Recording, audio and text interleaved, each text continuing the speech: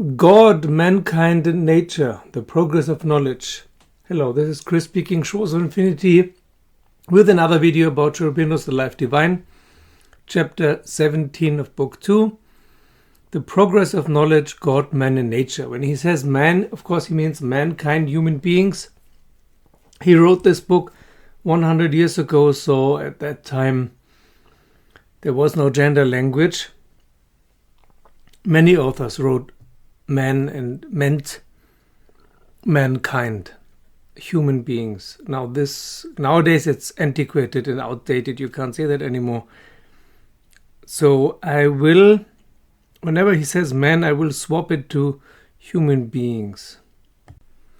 Last time we talked about theories of existence, and Aurobindo said we need an integral theory of existence that incorporates all kinds of beings, worlds, realities, and views of realities.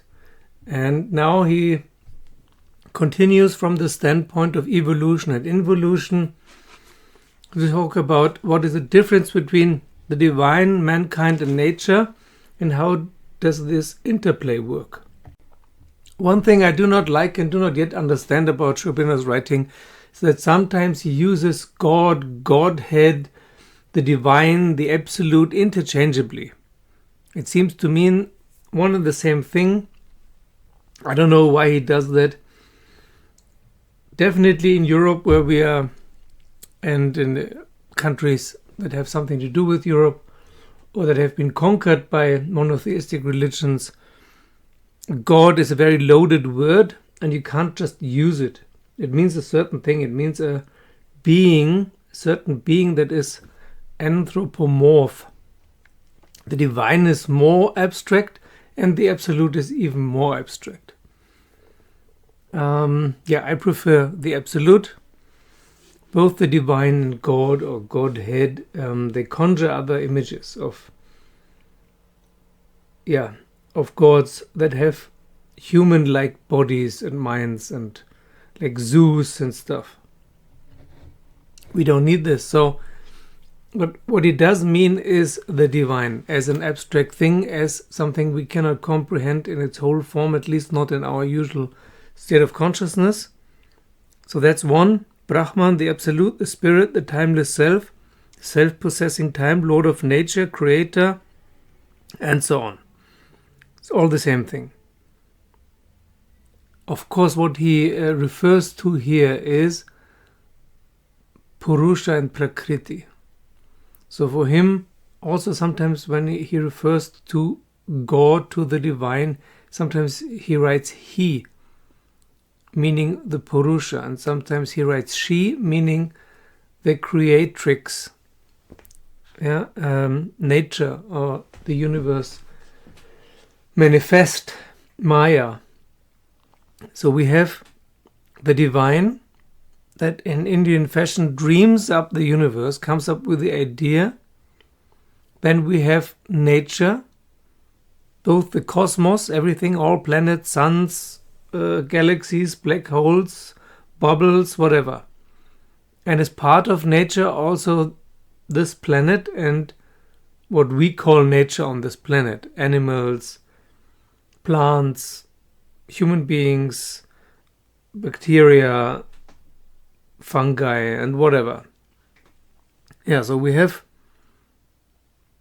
the cosmic nature and the nature specific on this planet.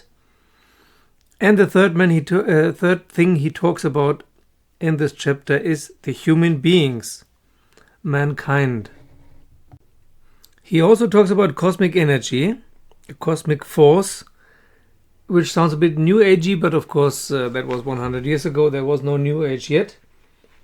So here he refers, of course, to the Satchitananda. Part of the Satchitananda is the cosmic force, the cosmic energy that permeates everything. And because it permeates everything, it holds everything together and manifests in different forms, be it in the gross world, the subtle world, mental world, or the supramental world.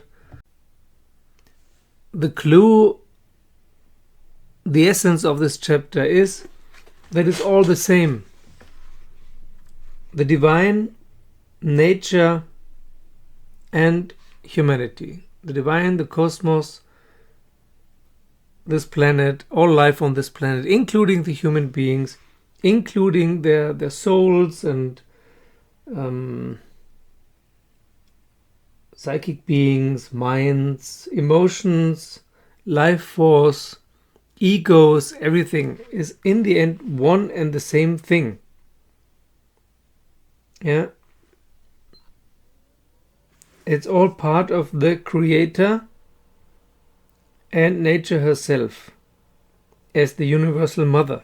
Yeah, the divine is often, in other systems that are not monotheistic, is often divided into a male and female aspect, not person or being, but aspect.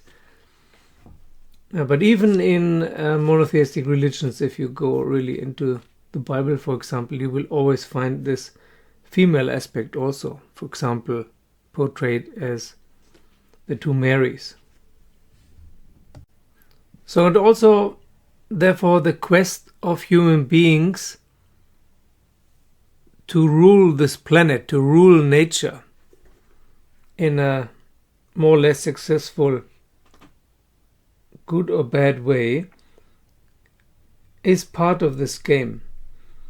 And also the quest of human beings for God, to find God, is part of the same game. Yeah, we talked about last time that it's part of human nature to try to find God, the divine, but in the first step it is imagined as a God, as a personal anthropomorphic being that is kind of like a human being, only wiser and better and more powerful and immortal and stuff.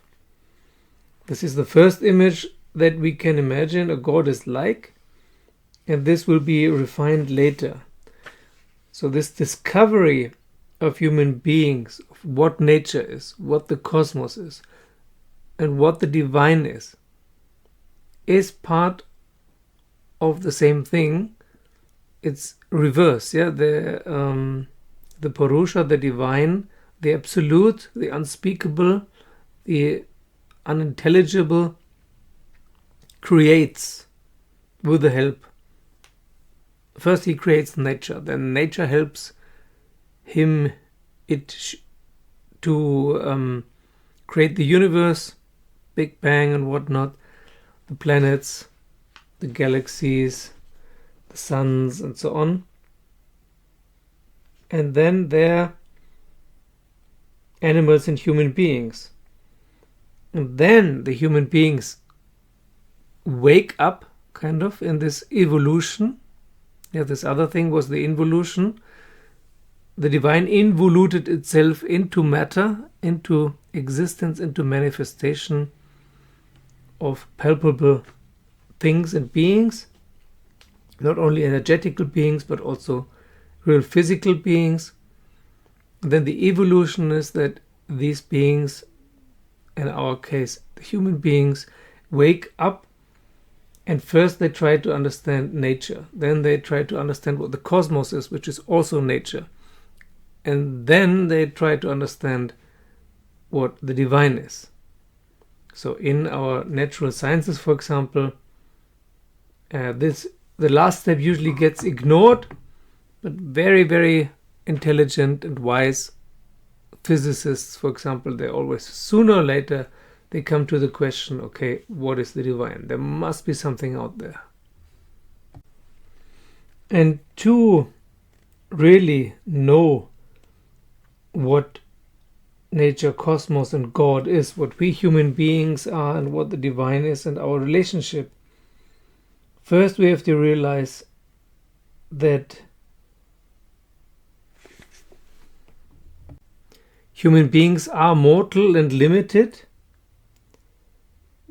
and superficial somehow, but that there's something in us which is immortal and beyond time, which is eternal. And this we have to find, and this is again the psychic being. So we have to leave this ignorance of limitation and find this immortal part in us, this divine spark, which is a psychic being which will lead us to real knowledge, real understanding. First we understand what the body is, then we understand what life is, then we understand what the mind is, and then we can understand what the divine is, the spaceless, timeless, eternal. And if you look around, we're still not finished. Human beings as a species are still not finished with understanding what the body is, let alone what life is. Life is usually regarded as something like an accident. It's not. It's a life force that is the same in the whole cosmos. It comes from the divine. We certainly don't understand what the mind is, and we usually don't understand what the divine is because we're still stuck in that very primordial, primitive thinking of the divine being some very powerful person like a king or a father figure, but often not a very nice father figure. So that's definitely bullshit. But at some point we will realize that nature and the divine, nature, cosmos and divine are one and the same thing. And from then on, it's only a small step to understand, okay, because we as human beings are part of nature, we also belong to one and the same thing. It's all one. It's all Shakti. It's all creation. It's all one thing. Call it the divine or the absolute or whatever. So for Aurobindo, there's a hidden secret behind everything. Behind everything we can experience and even things we can't experience. Behind the whole of creation, the whole of the universe, there's one hidden secret that we can find access to, that we can know if we really want to. And this secret is simple: everything is one. It's just manifested as a multitude of thingies that seem separate, but actually everything is one, which is a very, very simple truth. But that's the basis for the next chapters. So give the video a thumbs up if you liked it. Helps others find the channel. Thank you for liking and subscribing. Thank you for joining me on Patreon. Thank you for those who have already joined me on Patreon. It means a lot. Thank you very much.